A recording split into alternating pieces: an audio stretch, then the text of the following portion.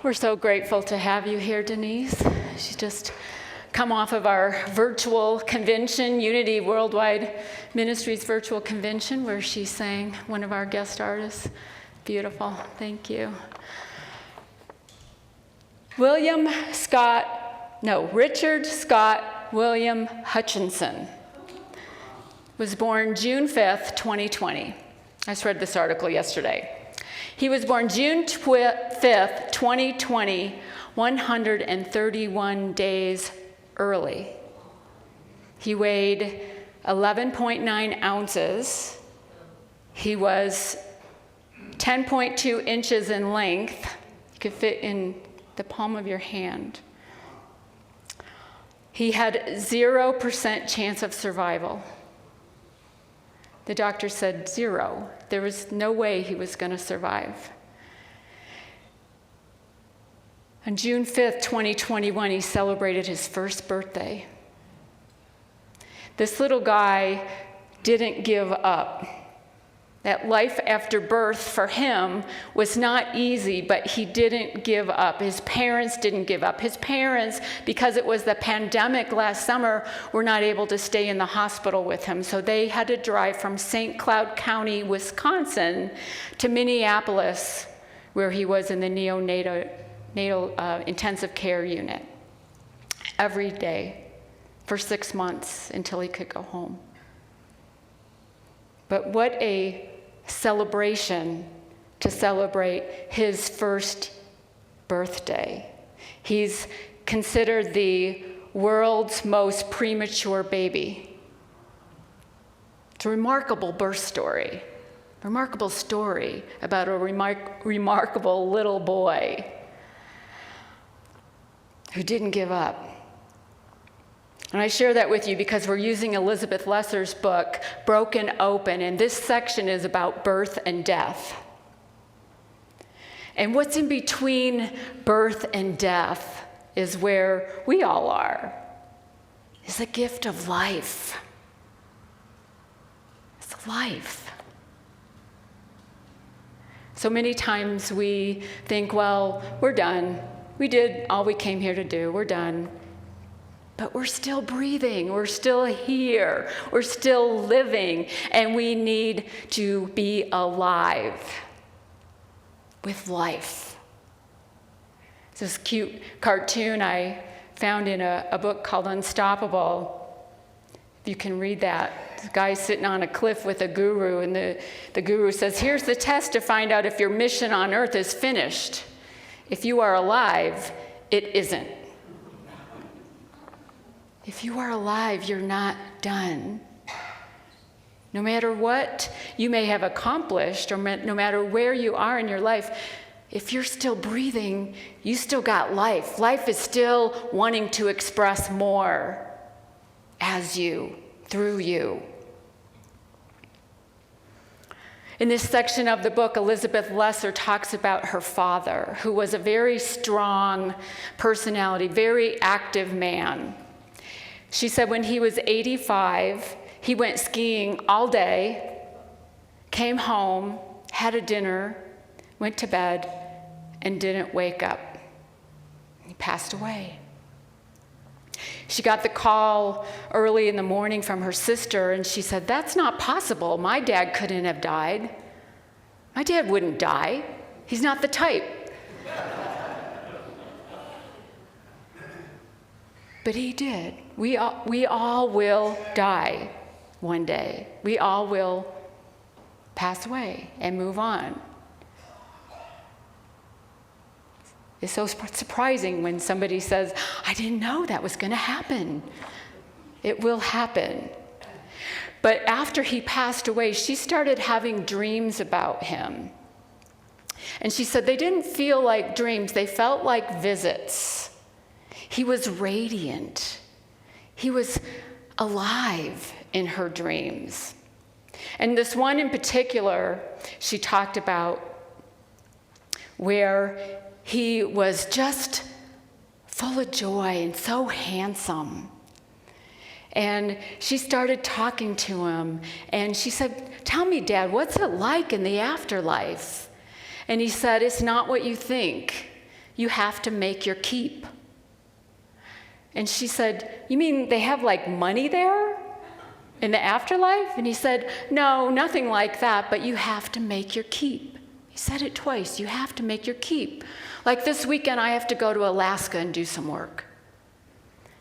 And I was thinking about that. You have to make your keep. You know, a lot of times we hear the phrase, you have to earn your keep. Earning being there's an exchange. You have to do something in order to have a living or something that will sustain you. But you have to make your keep is different. Make is to create. You have to make that which sustains you. You have to make your life. You have to make a life. No matter what realm you're in, it appears, you have to make a life. So often in life, we keep ourselves small. We keep ourselves in a container. We're comfortable. It's comfortable here. But life is calling us to be more than that. Life is always wanting to evolve and have us have a freer, fuller, bigger expression of spirit. We're here to live life. Didn't Jesus say we're here to live life and live it abundantly, to live it joyfully? Turn up that flame within and shine it outwards. That's what we're here to do in this lifetime. If we're still breathing, we can still do that. We had 15 months of isolation and keeping to ourselves and quarantine, and here we are. And as sad as the number of COVID deaths is, we have come here. We are here. We are born again, if you will. We have an opportunity to express ourselves in a new way, in a whole new way. Born into new life. It's time to celebrate that we are alive. Cardinal Newman says in the early 19th century, "Fear not that life shall come to an end, but rather that it shall never have a beginning." So many of us don't really live our lives. We get comfortable. But life needs movement. It needs rebirth, constantly rebirthing, getting reborn, getting to know yourself again. This is what this time in our lives, we have this opportunity to do this. Reborn, have a life after birth. Even when we have a kind of an awareness, a new awareness, we've birthed a new awareness. And then we look at our life and say, well, now what? What do I do with this new awareness? What do I do with this new life after birth? What possibilities and opportunities are before us? We often look for purpose, right? We look for purpose and meaning. Make our keep. Unity's third principle is that our thoughts determine the experience of our lives. So we can look on this time as an opportunity to expand, to grow, to be in new ways, or we can not. How we think will determine what we experience. If we want to keep safe and small, that's okay, and it's comfortable. But we won't stretch our thinking. We won't grow. Or we could focus on a life that is worthy of us. Focus on a life that we dream of living and step in that direction. Have a life after birth. I want to share a video with you that I found this week. A set of twins were talking to each other in the womb when the sister asked her brother, "Do you believe in life after birth?" Her brother protested, No, this is all there is. It's pleasant and cozy here, and there's no reason to assume that there's something beyond this place." His sister insisted, "There must be something more than this. There must be something else. A place with light where there's freedom to move." Still, she could not convince her twin brother. After some silence, her sister said hesitantly, "I have something else to say, and I'm afraid you won't believe that either. But I think there is a mother." Her brother became furious. "A mother?" he shouted. "What are you talking about? I've never seen a mother, and neither have you. Who put that idea in your head? As I told you, this place is all we have. Why do you always want more? This isn't so bad. We have all we need, so let's be content." The sister was quite overwhelmed by her brother's response, and for a while didn't dare to say anything more. She couldn't let go of her thoughts, and since she only had her brother to speak to, she finally said, "I've heard that the mother is all around us, and that it's her warmth that protects us and keeps us alive." As the brother was about to respond, he began to feel a pulling. He felt himself being sucked into darkness and couldn't stop it. His sister too was being pulled along, and advised him not to be afraid, and said that she felt everything would be fine. And before he knew it, she disappeared entirely. "Oh no," he thought to himself, "my sister's gone. She's dead. What am I meant to do? What is happening to me?" He suddenly saw a flash, and was gone too. Upon arrival in the world and seeing his sister, he quickly realised that she had been right all along. How many times have you heard someone say that there is no empirical evidence for an afterlife, or for a God, or for any spirituality at all? Well, isn't that the same question the boy was asking in the womb? Perhaps there really is more to life than life itself.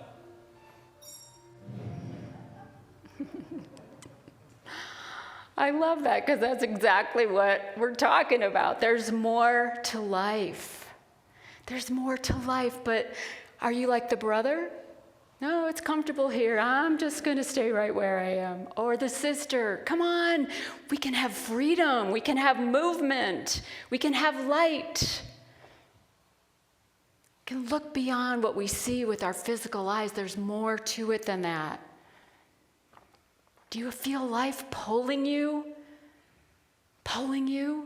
to be more, do more, have more freedom, more love, more joy? Someone who felt pulled in life in our Christian scriptures was Nicodemus. Now, if you know the story of Nicodemus, Nicodemus was a Pharisee. So metaphysically, he represents the intellectual part of us. He was curious, but he was intellectual. The letter of the law, the Pharisees. And he came to Jesus at night. He didn't want anybody to see that he was going to speak to Jesus. But he was curious, and he starts flattering Jesus, like, "Oh, you're the one who God is working through. You have all these superpowers like God has, and you must really be the Son of God." And Jesus was having none of that flattery. He just says to him, because he knew Nicodemus's question in his heart was, how do I become more? How do I come into greater awareness? How do I get beyond just this intellectual knowing? And he says to him, "Very truly, I tell you, no one can see the kingdom of God without being born anew." Now, the kingdom of God is a Christ consciousness, is a spiritual awareness. It's a new approach to life, if you will, seeing with the third eye. And Nicodemus, of course, "What do you mean? How do I get born again when I'm old? I have to go back in my mother's womb?" I mean, he didn't get it at all. And Jesus says, you have to be born anew. Not with the flesh, but with the Spirit. That life is constantly inviting us to be born anew. with spirit. Come into new awareness of who we are, of what we are. What do we do with that when we get that? Just as we're coming out of the pandemic, how do we want to be now? How do we want to live now? I'm sure many of us have kind of looked at our lives and got reprioritized, evaluated. Now that we're moving in. Last week, or a couple weeks ago, was our Unity virtual convention. It was really good, really well done. A virtual convention, which I was like, it was really good. And one of our keynote speakers was Margaret Markison. She was a pastoral leader for 15 years, and now she's a coach to ministers. And she said, we all ask that big question of ourselves from time to time. What is my purpose? Why am I here? What meaning does my life have? And she said, as we're coming out of this pandemic, it's important to not try to answer that big question. It's too big a question for right now. And she said, instead, break it down. Break it down into a 90-day purpose. What is my purpose in the next 90 days? What do I want to be, do, and have in the next 90 days? It's much more manageable. And we take it step by step. And so during the keynote that was on Zoom, of course, she paused so we could write. Because she said, I want you to answer that question. And she gave us 2 minutes and she said, start writing. And even if you think you're finished, keep writing. Keep writing. What do I want to be? What do I want to do? What do I want to have? And when it was all over, she took a quick poll, and I looked at my list, and mine were all do's. It was all about doing. And then when she polled everyone else, and in the chat box, everyone's saying, yeah, it was all a bunch of do statements. No, and she said, no, we want to start with be. Start with be. I want to be more loving. I want to be more of a presence. I want to be more present to people as I get to interact with them again. Start with the be. So I challenge you, start with the be. What do you want to be more of in the next 90 days? You have to make your keep. Create a life. Create a purpose. Give it meaning. One of the most common regret at the end of life is not living a true life, not being true to yourself, not living a life of your dreams. Dream. We're doing Mary Morrissey's Prosperity Plus. We just started on Wednesday, and that's what this first one is all about, creating a vision for your life, dreaming. What would I love? How would I love my life to look? 50% of people do not have any idea what their dream life looks like. They've never given themselves permission to dream. Give yourself permission to dream. No matter where you are in life, we're still alive, right? We're still breathing. You're not done. Start building. Millard Fuller was born in 1935 in Alabama, and he was driven. In the 1960s, he was a self-made millionaire by the age of 29. He had a luxury home, a lake cabin, 2,000 acres of land, speedboats, luxury cars, and a dream and a goal of making $10 million in the 60s. And then he had a heart attack. Not a physical heart attack, a heart attack of grief, a heart attack of sadness and regret, when his wife, Linda, and their children left him because they didn't see him, because he was always working. And so she went to New York with the children, and he was left alone to ponder his life. And he started realizing that he had a very planned life, but this planned life had no meaning or purpose. And he knew that what he wanted was his wife and children back. So he called her up and said, I want to come to New York. She was there to speak to a minister to help her decide what to do next. And she said, okay.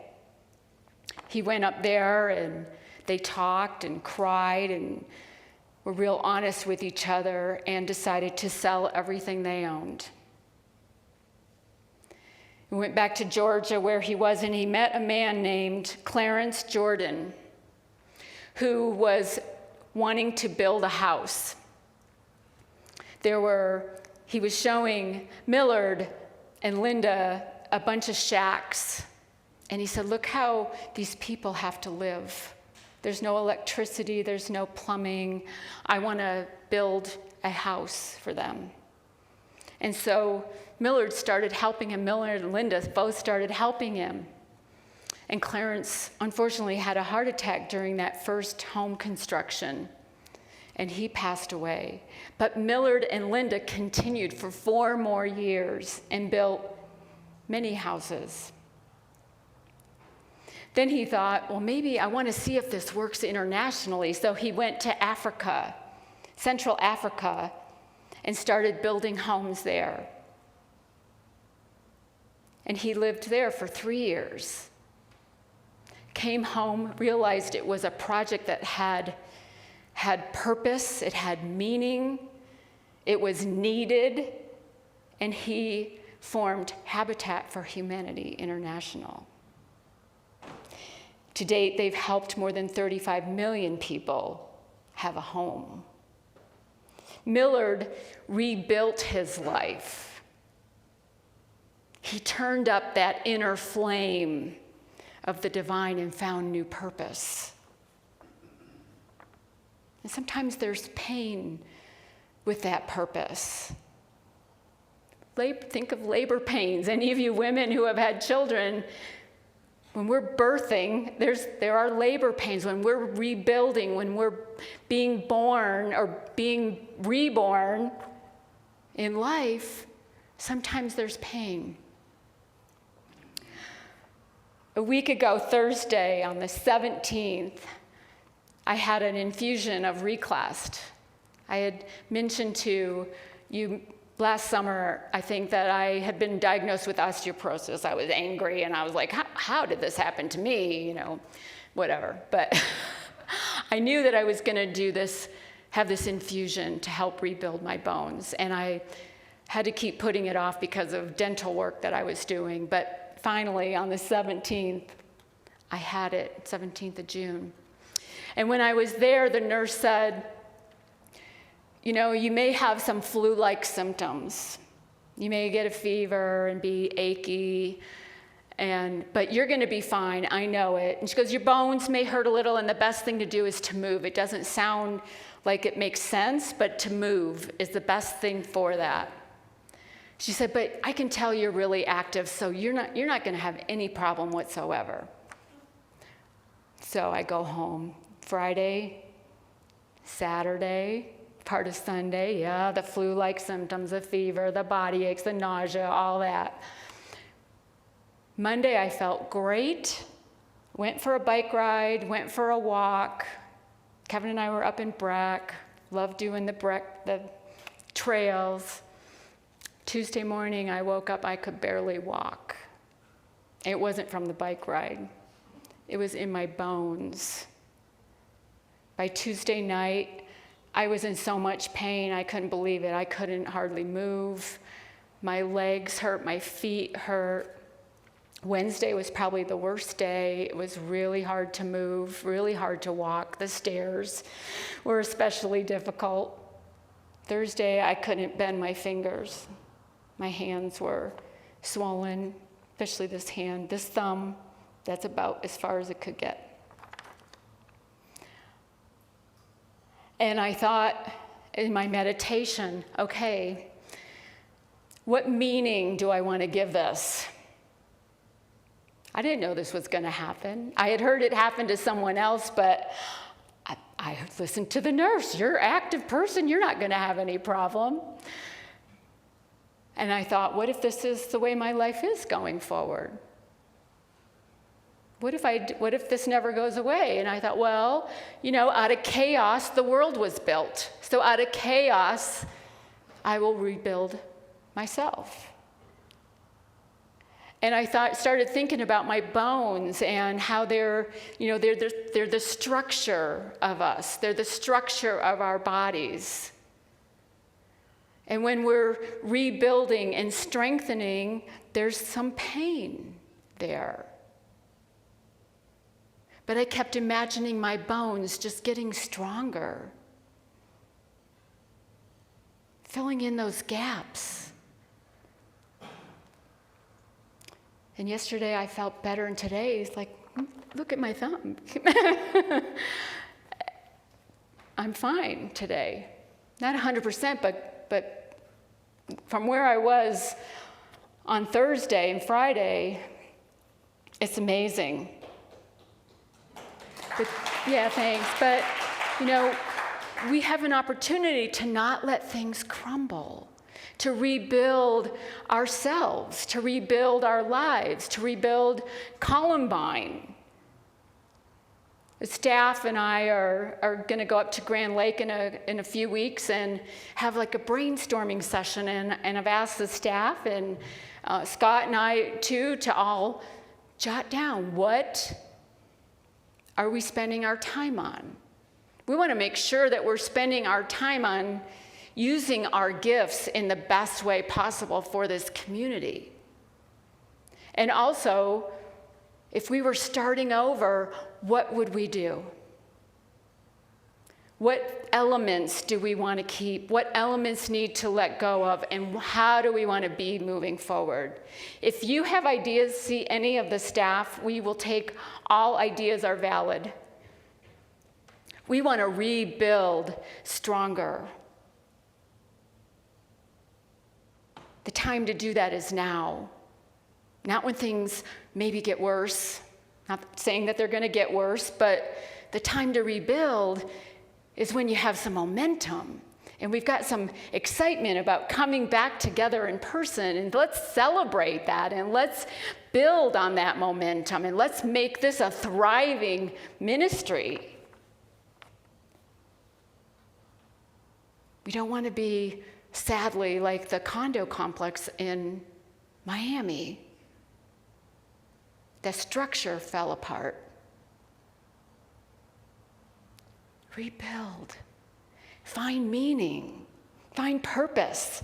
Elizabeth Lesser says in Broken Open, if only people realized what they had in life, they would not be able to contain their joy. I can't tell you how joyful I felt this morning walking. We take things for granted until they're taken away from us. The joy of gathering in this sanctuary again, because we couldn't for so long. We're getting a new start. So let's celebrate that and work on that. So do you realize what you have in life? Or are you taking it for granted? We don't realize it until things are taken away often. We create our experience of life with our thoughts. So look at your life. You'll know where your thoughts have been. If you don't like what you're seeing, change your thinking. Change your thoughts, change your attitude, be reborn, have a new approach, a new way of thinking, a new way of seeing. Are you making your keep?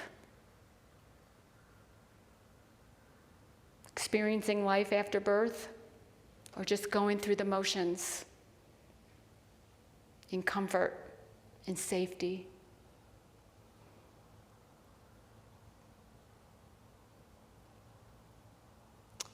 We all have this opportunity to come into a new expression of life with joy, with meaning, with purpose, and come into this new awareness of who and what we are. And we are beautiful, you all are beautiful expressions of the divine.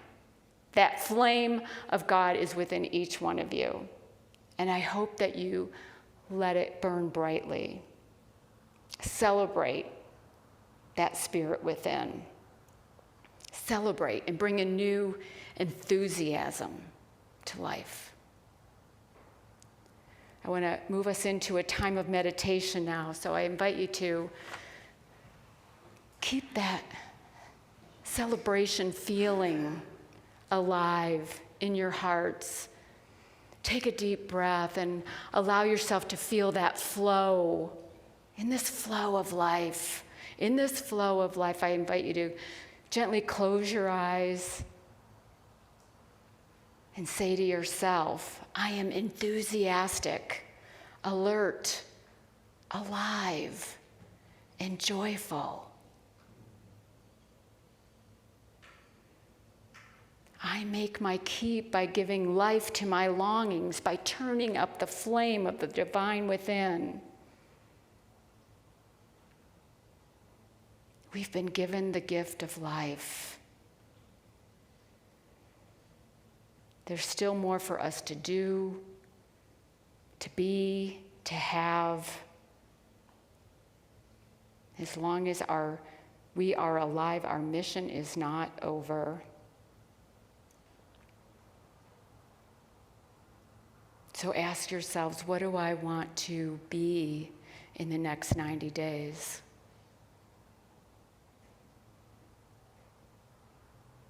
What do I want to do in the next 90 days?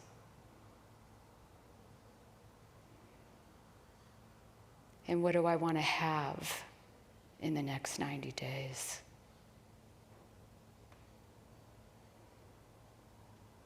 How will I turn up that inner flame of the divine and truly live with enthusiasm, with alertness, with gratitude for life? There is life after birth. What do you want yours to be? I invite you to become aware of any impulses, any guidance as we sit together in the silence.